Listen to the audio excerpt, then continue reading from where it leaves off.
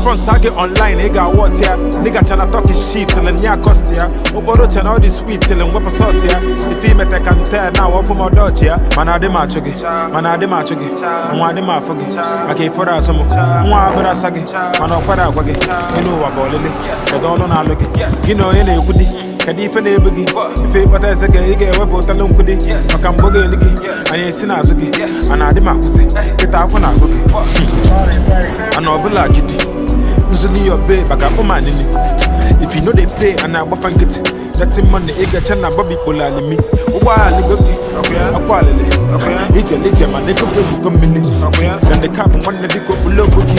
Okay, back and wine, I sell a boy again. It took them to bill it.